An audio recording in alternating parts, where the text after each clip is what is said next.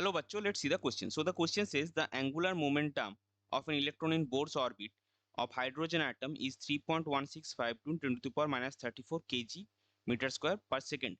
Calculate the wave number in terms of Rydberg constant R of the spectral line emitted when an electron falls from this level to the ground state. और यहाँ पे हमको क्या बोला गया कि hydrogen H is equal to the Planck's constant का value लेना है 6.626 into 10 minus 34 joule second. So यहाँ पे एक सर्टेन बोर ऑर्बिट में हाइड्रोजन एटम का जो एक इलेक्ट्रॉन है उसका एंगुलर मोमेंटम गिवन है, आपको वो सर्टेन बोर ऑर्बिट निकालना है. और जब उस बोर ऑर्बिट से फर्स्ट यानी ग्राउंड स्टेट में जब इलेक्ट्रॉन जंप करेगा तो उसका जो वेव नंबर है वो कैलकुलेट करना है in terms of Rydberg constant. तो चलिए सबसे पहले देखते हैं इस क्वेश्चन का की कॉन्सेप्ट क्या है. सो इस क्वेश्चन का की कॉन्सेप्ट है angular momentum and hydrogen spectrum. अभी देखिए एंगुलर मोमेंटम क्या फॉर्मूला है उसका. Angular momentum that is mvr, it is given as nh by 2 pi.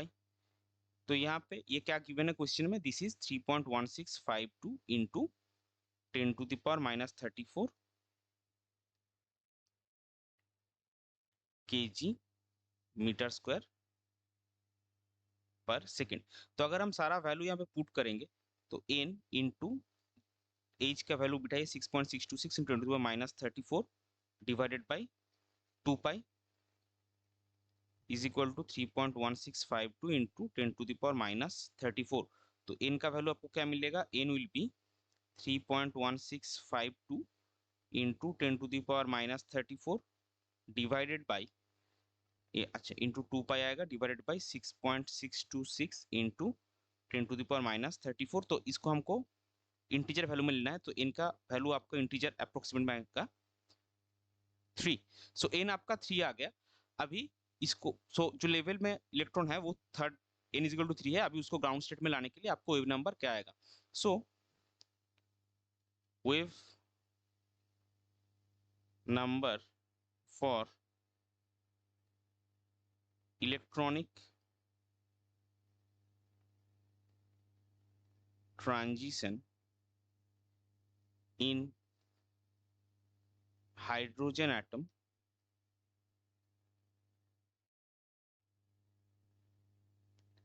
is given as nu bar is equal to r, that is Rydberg constant, into 1 by n1 square minus 1 by n2 square.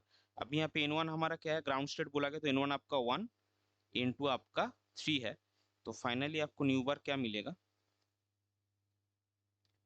New bar is equal to r into 1 by 1 square minus 1 by 3 square is equal to r into 1 minus 1 by 9, that is 8r by 9. सो आपका final answer आएगा that is the wave number, the wave number of spectral line emitted, the wave number of spectral line emitted is nu bar is equal to 8r by 9. ये हो जाएगा आपका correct final answer. I hope you understood it well. Best of luck. Thank you.